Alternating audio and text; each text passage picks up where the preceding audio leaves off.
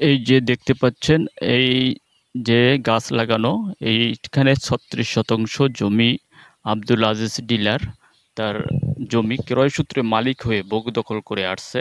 তারই পাশে দেখতে পাচ্ছেন, যেখানে নারকেল গাছটি দেখা যাচ্ছে সেখানে আছে ৩৬ শতাংশ। এই ৩৬ শতাংশ মাস্টার শামসুল হক ১৯৬০ সাল থেকে ভোগ দখল করে আসছে। দুই ভাইয়ের নামে ৭২ শতাংশ জমির দলিল এবং রেকর্ড সবকিছুই আছে। তারপরও একটি চক্র এই জমি দখলের হুমকি দিয়ে আসছে। এই হুমকিদাতা হলো ফিরোজ মাহমুদ ওরফে ফিরু, এজাবুল ওরফে ইজু এবং তার ভাই এসরাফিল।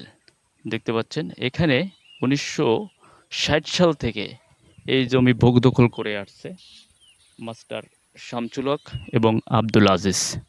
মোট ৭২ শতাংশ জমি তারা ক্রয় সূত্রে মালিক হয়ে তারা ভোগ দখল করছে।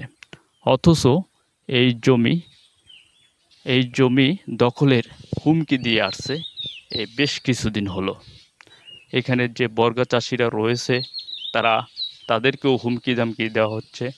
দেখতে পাচ্ছেন, তাদেরকেও হুমকি ধামকি দিয়ে তাদের এখান থেকে যে শাকসবজি হয় সেই শাকসবজি লুটপাট করেছে।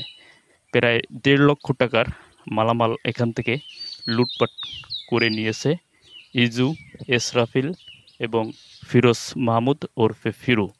এই সকলের বাবার নাম হাবিবুর রহমান কুজাহবি, মৃত হাবিবুর রহমান কুজাহবি।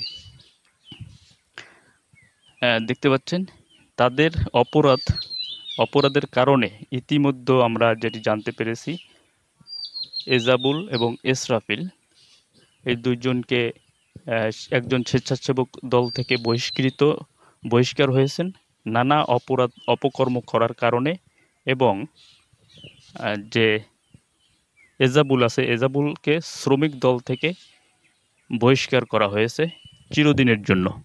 তারা আর বিএনপি করতে পারবে না, তাদেরকে স্থায়ীভাবে বহিষ্কার করা হয়েছে। সবচেয়ে বিষয় হলো, তারা যেই অপরাধগুলো করছে তাদের সাথে ভবিষ্যতে কেউ যুক্ত হয়, তারা তাদেরকেও তাদের বিরুদ্ধেও ব্যবস্থা গ্রহণ করা হবে।